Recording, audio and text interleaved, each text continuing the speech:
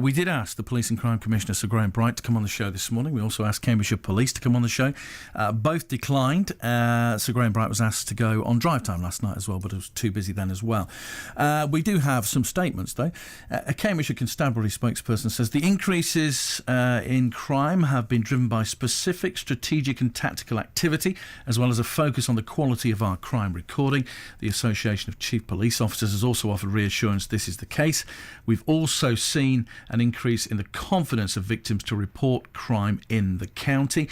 Sir Graham Bright says, as Police and Crime Commissioner, I've made a commitment to keeping people safe, and the Constabulary has responded, targeting specific areas. In spite of the increases, Cambridgeshire crime rates remain lower than the national average for all violence against a person and in line with the national average for sexual offences. That's what they think. Let's find out what some of our correspondents think.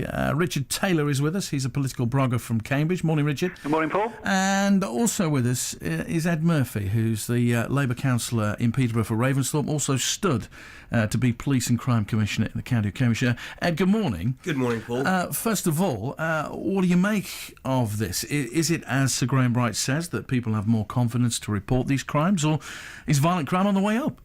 Unfortunately, public confidence is actually down in Cambridgeshire, and Graham Bright is an embarrassment. Used to be a joke, he's an embarrassment. Violent crime's gone up in Cambridgeshire. The last time the BBC journalists looked into it in Peterborough Division, it was because of violent burglaries. It's gone up, and at that time police officers were saying a lot of it's down to the cuts. The Police and Crime Commissioner in Northamptonshire and Lincolnshire are saying they're in dire straits, they want more assistance, they've got worries. Our Police and Crime Commissioner in Cambridgeshire is focusing on cyclists and cycle crime in Cambridge. He needs to get real, he needs to stop the cuts, he needs to fight for proper policing in Cambridgeshire. No doubt about it, violent crime has gone up, and as people were saying just on the radio earlier on, some people have lost confidence in reporting it. Yet more people are reporting it. That's the thing. The percentage of violent crime has gone up by 33%. Let's have the figures. I want to know whether that's 389 more crimes or not, or what. We're told that more people are reporting more things. Well, if people have tried the 11016 number, I think a lot of people do give up. These calls on violent crime are 999 calls. Where there's been actual violence. The fact is, there's been more victims in Cambridgeshire. How do you know confidence in the police is lower? Well, I've just been listening to what Johnny D was talking to people in Huntingdon, and it may not be right that people's confidence has gone down because there are many very good people in the police service, but quite clearly your journalists have been talking to people who've said they've got less confidence in the police. And indeed, the gentleman that was speaking about his daughter in the Met, on one hand he was praising the good work the police are doing, but saying public confidence has gone down. I quite frankly think Graham Bright's lying through his back teeth on these figures. Well, he's not here to defend himself. Yes, and he wasn't here yesterday, and he wasn't here the other week. He's too busy. Doing what? Richard Taylor's with us as well, political blogger from Cambridge. Richard, good morning. Do you think confidence is down? I mean, we're told that from the police that confidence is up. People, feel they can report crimes more. That's why these figures have gone up. There's some evidence to say, after the Jimmy Savile inquiry, that people feel they can report these crimes more. Is that not the case? Well, certainly it's something that the police and councillors have been trying to do. They've been trying to encourage more reporting of crime, particularly in the area of domestic violence, where the target is not to reduce reported crime, it's to increase it. So I think it's very difficult to make sense of police recorded crime figures. They don't necessarily directly correlate with crime itself, because we've got the variable factor on how often people report crime. It also depends on how the police respond to those reports. Do they actually write it down and record it? That's something which has been changing as well. So when it comes to violent crime in the county, I'd like to change what we're looking at. I'd rather that we were looking at crime-related injuries, the number of injuries, the severity of the injuries, both with violent crime and with problems on our roads. Because if we can get the number of injuries down and the severity of injuries down, we know we're really having a positive effect on people. If we're just looking at these recorded crime statistics, it's really difficult to get a grip on what's going on. Now, But violence with injury crimes are up 33%. I mean, we know that. Well, that's what the police are recording. What we don't know is how much of that is, for example, due to increased reporting of domestic violence.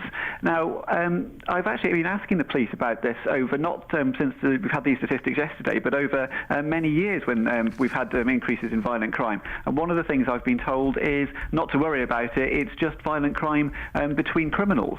And it's still... Seriously, you were told that? That's what the Cambridge North Area Committee were told recently. But what I'd like to see is a much better breakdown of these violent crime statistics. I want to see how much of it is domestic violence. I want to see how much of it is crime, sort of criminals against strangers on public places in the county, and how much of it is between criminals or between people who know each other, because I think those are very different types of violent crime. And if we were having a massive increase in violent crime against strangers on Cambridge's green spaces or out on the roads in Cambridge, then I would be very worried. But we really need the police to answer these, or the Police and Crime Commissioner, to answer the detailed questions about exactly what's behind this increase. What fraction of this increase is down to efforts that have been made to increase reporting of domestic violence, and what type of violent crimes is it that are behind this increase in the statistics? Well, as I say, we would have liked both of them on the show this morning, but unfortunately they are too busy. They can't come on. Amanda says, read the police. The police in this county are heroes, Paul. They've had their budgets cut to the bone, like everything that's essential to a decent life. But most of all, they're not armed. In 2015, for the British police still not to be issued standard tasers, guns and pepper spray like Australia and America and so many other countries. They're legends, says Amanda. And we mustn't lose sight of that the people who patrol our streets, the people who look after us, are doing an incredibly difficult job, Ed, with even less resources. I mean, how do you do it better? How do you stop, these violent crimes taking place when you've got less and less resources? The situation people need to realise and keep remembering, it's not just the police that are involved in reducing crime. There's other things that are involved as well. The police can play their part, but their main part is protecting the public and solving crimes. And certainly I've seen some really, really good work. I mean, when I was on the National Crime Agency, I could see that going on as well. I think Richard's made some good points. We have got national crime surveys that give us some information on the reality of crime. And also, if you go to your local policing panels, the police officers there can tell you exactly what the crimes are and will be able to get to the truth, whether it's violence on violence between criminals or not. And I see that at local policing panels, and it is embarrassing and a shame that the police are not putting up to date to give us some detail behind these figures. I know in the past when we've run campaigns on hate crime and domestic violence, it's been good to get more reported, but I think when we look at the analysis, we need to drive into it, like Richard is saying, and find out whether there are actually more violent incidents, and I believe there have been. Brian's in Ramsey, wants to get involved in the debate this morning. Brian, good morning. Hello there. What have you got to say?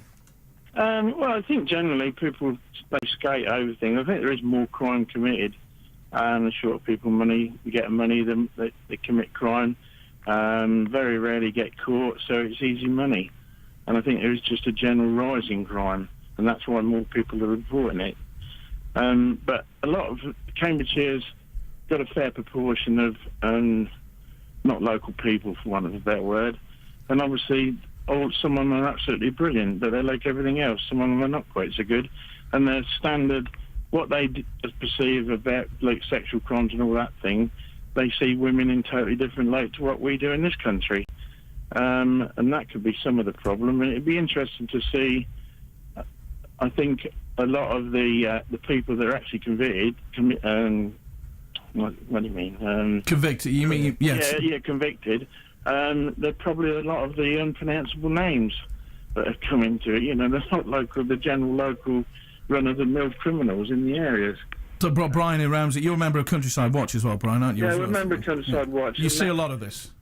Yeah, almost every day we get something. There's this been stolen, that's been stolen, and they're all going. They steal farm machinery, and one of the easiest things to steal, they steal the satellite. They steal the satellite off the top of John Deere tractors. They're the easiest ones. And there was 2 the other week, 3 the other a couple of months or so ago, and they go somewhere, and somebody knows where they go. Well, I've never had somebody come round and try to sell us one, so they're obviously all going abroad, and I think it's a link all the way across to the Europe. You've got criminals in this country who steal things, sell them to criminals on a common or wherever, and that's where a lot of it goes, and it's very difficult to trace it unless you just sit at the ports and watch everything that goes through. Brian, thank you for that. Brian in Ramsey, is immigration an added problem here? The immigrants, is there any evidence to say that part of this crime rise is down to that, down to immigration and different attitudes towards different crimes? We haven't got the information before us from the police service, and certainly on domestic violence there has been a lot of work done. It's mainly male violence, and I think that we should look into that, and we can look into that as well and see whether there is domestic violence within the newer communities that we need to look at. One of the factors that does become important with new residences, I remember when the townships were being built in Cambourne and the new neighbourhoods in Cambridgeshire, where there's new people, the police don't know who the criminals are. When you've got some settlement, it's easier to police. So that is a factor. But these are the sort of things that we have intelligence on. The police do have an awful lot of information, and it should be forthcoming in. Quite frankly, I don't think migration is the issue. I think there has been an increase in violent crime in this county, and I think the police cuts are a factor, as well as many other socio-economic factors as well. How worried should we be, Richard? When you look at these headline figures, sexual offences up 55%, violence up 44%, violence with injury up 33%. These are big numbers, aren't they? Well, as I say, I don't immediately take those figures at face value because of all the factors which can alter the police recorded crime figures. I don't think we just don't know. It might be a real increase in violent crime that we should be worried about, but people are reporting them. They're there. Something must have happened. But then the blip in the statistics could be because more people are now reporting, as the police said, and it can also be the police are just more diligently recording what people are reporting to them, because there has been encouragement for the police to take reports of things like sexual assaults more seriously, and they could well be responding to it. But we really need the police on to explain in detail what these figures mean. And I would like a lot more transparency from our police and our justice system and our courts. Like we're talking now about police figures, we should be our courts should be much more open. We should know what's happening in our local courts. We should be able to see the offences which are going there. We should be able to see the sentences which are coming out. And of course now a lot of things are not even getting to court. Increasingly the police themselves are dealing with things out of court, on street restorative justice or cautions, and that all that kind of system needs to be a lot more public, and we need to know what's happening so we can make informed comments on how our county is being policed. There are realities out there. People in the police control room, police officers on the street, they know whether the crime's gone up and what sort of crime it is, and people in the neighbourhoods do as well. I can tell you, these figures, compared to other counties, are worrying. Cambridgeshire's seen a trend going up and up and up and up. So the people you speak to in these neighbourhoods... In Ravensthorpe, where I live... They think crime is on the way up. They think it's on the way up. And let's ask police officers, whether they can say off the record, or people in the force control room. They know what's going on. People at A&E know what's going on. I can tell you what, this rise in violent crime in Cambridgeshire is not down to nighttime economy and people out. The towns are empty at night. It's not violent related to nightclubs and things like that. There's something going on in neighbourhoods where people live. And like I say, the last time I looked into it, in the Peterborough division, it was aggressive, violent robberies. We need to know more. Ed Murphy, Labour councillor for Ravensthorpe in Peterborough, stood to be Police and Crime Commissioner, and we had Richard as well with us, Richard Taylor, political blogger from Cambridge. We did ask Sir Graham Bright, the Police and Crime Commissioner, to come on the show. He was asked to go on drive time last night as well. He's happy to do an interview apparently, but just isn't available today. To be fair, we did ask him at quite short notice, and he was busy yesterday as well. But we'll keep ringing, and we'll get to the bottom of this, and we'll get a bit more exploration into these crime figures as well. Some people very, very worried about the headline figures, which are high. It's what everybody's talking about. Paul Stainton's Big Conversation on BBC Radio Cambridgeshire. Keep your comments coming in on that. Sue in Warrington says people only report crime because they need an incident number for insurance reasons. There are hardly any coppers on the beat these days, yet they have more issues to deal with. Rural areas are being left to defend for themselves. That's my view, says Sue. The weather. Well,